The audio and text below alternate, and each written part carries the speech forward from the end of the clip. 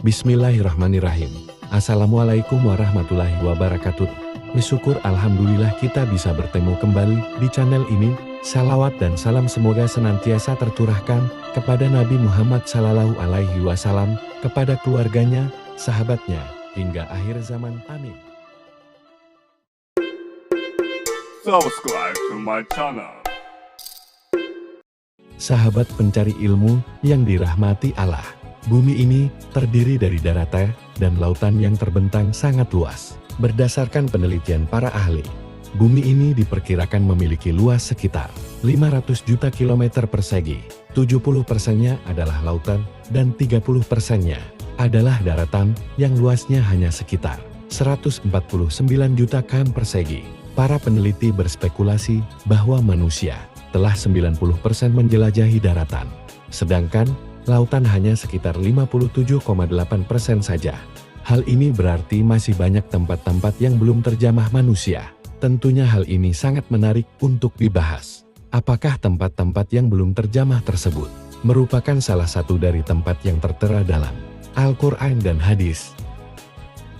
Inilah 5 tempat paling misterius di bumi yang disebut Al-Quran dan hadis. Salah satunya persembunyian Dajjal. 1.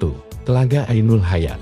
Ainul Hayat merupakan sebuah telaga atau sebuah tempat yang memiliki mata air. Jika airnya diminum maka orang itu tidak akan mati sampai hari kiamat. Lalu, dia memohon kepada Allah SWT untuk dimatikan. Kisah tentang tempat Ainul Hayat ini terkait erat dengan 2 tokoh penting, Raja Zulkarnain dan Nabi Khidir AS, yang merupakan penasihatnya. Menurut As-Salabi dari Imam Ali, Raja Zulkarnain bertanya kepada malaikat tentang cara malaikat beribadah kepada Allah Sang Pencipta. Kemudian malaikat pun memberitahu kepada Zulkarnain bahwasanya ada malaikat yang sejak dia diciptakan, dia selalu sujud dan tak pernah mengangkat kepalanya untuk selamanya, karena dia tidak mau menyia-nyiakan waktu untuk selalu beribadah kepada Tuhannya. Maka Zulkarnain yang mendengar penuturan dari malaikat itu, dia menjadi tertarik. Sebab Zulkarnain ingin hidup abadi, supaya dia bisa lebih lama beribadah kepada Allah SWT. Lalu dicarilah telaga itu oleh Zulkarnain dan Khidir AS beserta dengan pasukan kerajaannya. Singkat cerita, yang meminum air dari telaga itu hanyalah Nabi Khidir alaihi salam. Sementara Zulkarnain tidak meminumnya. Makanya ada khilaf dari para ulama. Ada yang mengatakan bahwasanya Nabi Khidir masih hidup sampai hari ini. Tapi ada juga yang mengatakan Nabi Khidir sudah wafat. 2. Tempat persembunyian Dajjal. Dalam Al-Quran dan hadis, disebutkan bahwa munculnya Dajjal merupakan salah satu dari tanda-tanda datangnya kiamat kubra besar. Dunia diambang kehancuran yang besar. Jika Dajjal telah muncul, Dajjal dipenjara oleh Allah SWT di suatu tempat misterius dan dijaga oleh seekor hewan yang bisa berbicara yang bernama Al-Jasasa. Namun, perihal lokasi tepatnya Nabi Muhammad SAW tidak menjelaskan secara rinci. Hanya saja Rasulullah SAW menunjukkan arah tempat Dajjal keluar, yaitu dari perkampungan Yahudi Asbahan, dan bersamanya ada 70.000 orang Yahudi. Hadits yang diriwayatkan Anas R.A. Dajjal akan keluar dari bumi di arah timur yang dinamakan dengan Khurasan. Artinya secara pasti diketahui bahwasanya tempat munculnya Dajjal adalah dari sebelah timur dan tak jauh dari daerah yang bernama Khurasan. Khurasan sendiri, sejak abad ketiga Masehi itu, adalah suatu wilayah yang luas meliputi Iran, Afghanistan, Tajikistan, Turkmenistan, Kazakhstan, dan Uzbekistan. Sedangkan tentang pulau tempat Dajjal dikurung mungkin saja berada tak jauh dari wilayah itu, dan banyak tersebar kabar bahwa Dajjal dikurung di salah satu pulau di Yaman yang bernama Socotra. Karena pulau ini benar-benar aneh, punya hewan dan tumbuhan yang tidak ditemukan di tempat lain.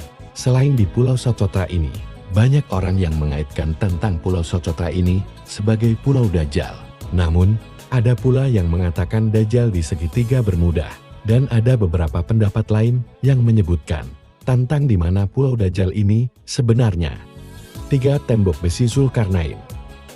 Tembok ini tertera di dalam Al-Quran Surat Al-Kahfi dan beberapa hadis sahih. Singkatnya tembok besi yang dibuat oleh Raja Zulkarnain.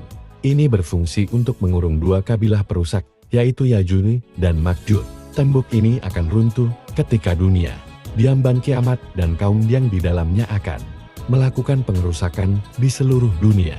Diriwayatkan, kalau ada satu manusia berarti jumlah Yakjud dan Makjudnya ada 999. Menurut survei pada tahun 2021, penduduk bumi ada 7,88 miliar. Artinya jumlah Yajud dan Makjudnya adalah 788 miliar dikali dengan 999, pastinya itu jumlah yang luar biasa banyak, tidak dapat dibayangkan. Kalau mereka semua keluar pasti bumi ini akan padat dan berdesak-desakan. Logikanya, tempat Yajus dan Majus itu harus luas sekali untuk menampung jumlahnya yang sangat banyak. Mustahil tempatnya hanya berada di sebuah pulau. Minimal dibutuhkan sebuah benua yang sangat luas. Dan jawaban yang paling masuk akal adalah tembok Zulkarnain bisa saja ada di dimensi lain, atau memang sengaja Allah SWT menutupi atau dibedakan dengan dunia manusia. 4. Gunung Kaf. Gunung ini pernah disabdakan Nabi SAW ketika sahabat beliau yang bernama Abdullah ibn Salam tengah bertanya kepada Nabi SAW, "Ya Rasulullah, dengan apa bumi ini bisa tenang?" Nabi SAW bersabda, "Dengan beberapa gunung." Kemudian Abdullah ibn Salam melanjutkan bertanya, "Lalu dengan apa gunung-gunung itu dikokohkan?" Nabi SAW bersabda, "Dengan gunung Kaf yang terbuat dari batu zamrud hijau dan birunya langit." Para ahli tafsir mengatakan bahwa Gunung Kaf adalah induk dari semua gunung di dunia. Gunung Kaf ini memiliki banyak pendapat. Ada yang mengatakan bahwa di dekat gunung gaib itu ada pulau yang disebut Al-Hadar, yaitu tempat bertemunya arus sungai dan laut. Mengenai lokasi persisnya, sampai saat ini masih menjadi misteri yang belum terpecahkan. 5. Istana Nabi Sulaiman. Kemegahan istana Nabi Sulaiman tertera dalam Al-Quran. Menurut beberapa para ahli sejarah, istana megah Sulaiman dibangun oleh manusia dan bangsa jin. Oleh sebab itu, istana Nabi Sulaiman ini sangat istimewa dan tidak bisa dibandingkan dengan bangunan-bangunan modern seperti sekarang ini. Istana Nabi Sulaiman disebut dengan Solomon Temple atau Kuil Sulaiman. Hal ini sesuai dengan literatur bangsa Yahudi bahwa istana Nabi Sulaiman alaihi salam sekarang ini sudah tidak ada lagi alias sudah runtuh.